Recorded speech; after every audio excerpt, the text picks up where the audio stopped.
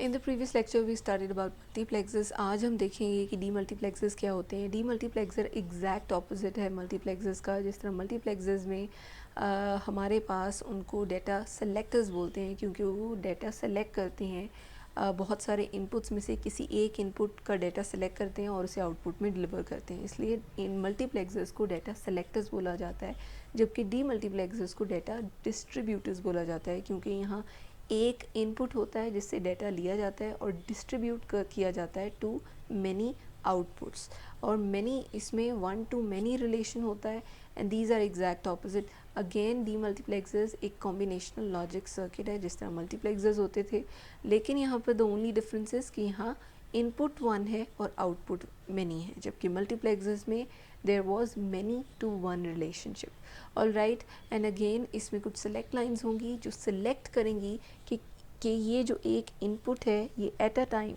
किस आउटपुट में डिलीवर होगा। आउटपुट्स को सिलेक्ट करने का काम, यानी जो आउटपुट जनरेट हो रहे हैं वो कौन सिलेक्ट करके जनरेट करे, सिलेक्ट लाइन्स हमारे लिए, ठीक है। उसके बाद डी मल्टीप्लेक्सर्स की भी there are different types, 1 to 2, 1 to 4, 1 to 8 and 16। Firstly हम स्टडी करेंगे 1 to 2 डी मल्टीप्लेक्सर्स को। 1 to 2 demultiplexers, as the name suggest there is only one input, और इस केस में हम उसे नेम दे रहे हैं डी, और remember that, and there are two outputs y1 and y0। Okay, यहाँ पर एक इनेबल इनपुट ले रहे हैं। अगर इनेबल की वैल्यू 0 होगी तो इसका मतलब सर्किट काम नहीं कर रहा, इट इज़ डीएक्टिव। अगर इनेबल की वैल्यू 1 होगी इसका मतलब D multiplexer is active. And the select line is 1 which decides के ये जो इनपुट है ये y1 में शो होगा या y0 में। और राइट, यानी जो इन दोनों आउटपुट्स में स्विचिंग हो रही है ऑफ द सिंगल इनपुट वो कौन कर रहा है, select line. Okay, and the truth table अब देख लेते हैं। ई एंड एस इनेबल अगर 0 है तो एस की वैल्यू कोई भी हो, वो 0 हो या 1 हो, आउटपुट हमारे पास 0 ही होंगे, बोथ आउटपुट्स, ठीक है। लेकिन इनेबल जब 1 है, अगर सेलेक्ट लाइन 0 है तो हमें आउटपुट जो डी था इनपुट वो अब कहाँ डिलीवर होगा, किस आउटपुट पर, y0 पर। इसी तरह अगर इनेबल 1 है, एस भी 1 है, सेलेक्ट लाइन भी 1 है, तो हमारे पास जो आउटपुट है वो डी वो कहाँ डिलीवर होगा, y1 पर। ऑल राइट, इसकी बेस पर मैं ये y0 और y1 की इक्वेशन लिख सकती हूँ, that is E S D for y1 and y0 की E S bar D. S bar क्यों, क्योंकि मेरे पास टेबल में s की वैल्यू क्या है, 0 है, so it is E S bar D y0 की इक्वेशन। ऑल राइट, इसकी बेस पर मैं ये लॉजिक डायग्राम ड्रॉ कर लूँगी। y0 y1 दो आउटपुट्स हैं, एंड गेट्स हैं। आपको पता है ई एस डी का रिलेशन क्या है, वो एंड हो रहे हैं, और y0 की इक्वेशन थी ई डी एस बार, और y1 की इक्वेशन थी ई एस डी, इसलिए वो सिंगल आउटपुट से इधर आ गए। इसी तरह अब हम स्टडी करेंगे 1 to 4 demultiplexer. 1 to 4 demultiplexer as the name also suggest कि 1 इज़ द इनपुट एंड 4 होंगे आउटपुट्स। वन थिंग अगेन बता रही हूँ कि डीमल्टीप्लेक्सर्स में इनपुट हमेशा 1 होता है, आउटपुट्स बहुत सारे होते हैं। अब इस केस में यहाँ मैंने एक इनेबल लिया है, मेरे पास 4 आउटपुट्स एंड सेलेक्ट लाइंस 2 हैं, ठीक है। This is the least significant bit and this is the most significant bit. और यहाँ पर इनपुट जो है वो किसी सेलेक्ट लाइंस सेलेक्ट करेंगी कि एट अ टाइम इनपुट किस आउटपुट को डिलीवर हो रहा है। अब क्योंकि 2 सेलेक्ट लाइंस हैं, 4 आउटपुट लाइंस हैं, इसलिए समटाइम्स 1 to 4 डीमार्क्स को 2 to 4 डीमार्क्स भी कहा जाता है on the basis of select lines and output lines.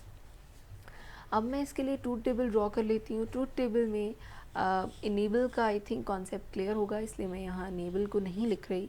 Still अगर इनेबल की वैल्यू 0 है तो एस की वैल्यू, सेलेक्ट लाइंस की वैल्यू कोई भी हो, वी डोंट केयर, और आउटपुट्स 0 ही होंगे। लेकिन अगर इनेबल एक्टिव है तो ही हमें ये 4 कॉम्बिनेशंस मिल रहे हैं, और वो क्या है कि अगर दोनों सेलेक्ट लाइन 0 हैं तो इसका मतलब आउटपुट y0 में जा रहा है, डी। और राइट, लेकिन अगर S1 हमारे पास S0 1 है तो मेरे पास आउटपुट y1 पे शो होगा। अगर S1 1 है, ऑन है, तो y2 पे शिफ्ट हो जाएगा D, और अगर मेरे पास दोनों इनपुट्स 1 है तो मेरे पास जो D है वो कहाँ शिफ्ट हो जाएगा, आउटपुट y3 में। ऑल राइट, तो इस टेबल को देखते हुए मैं इक्वेशंस ड्रॉ करूँगी, और वो इक्वेशंस क्या है, y0 की इक्वेशन होगी S dash S0 S1 dash S0 dash y D. y1 की इक्वेशन होगी S1 dash S0 D। y2 की इक्वेशन होगी S1 S0 dash and D, and Y3 की इक्वेशन क्या होगी, S1 S0 D। और राइट, और इन तीनों इन चारों इक्वेशंस की बेस पे मैं इसकी लॉजिक डायग्राम ड्रॉ करूँगी। 4 आउटपुट्स हैं, एंड गेट्स हैं क्योंकि इनका एंड रिलेशनशिप है।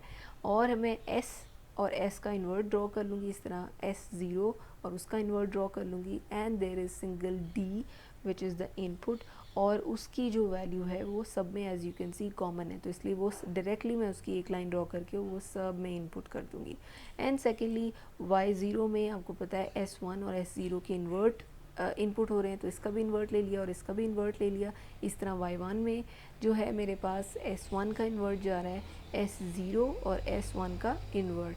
Y2 में मेरे पास S0 का इन्वर्ट जा रहा है और S1 जा रहा है, जबकि Y3 में मेरे पास S1 और S0 आ रहे हैं। तो इस तरह से ये लॉजिक डायग्राम ड्रॉ हो जाती है।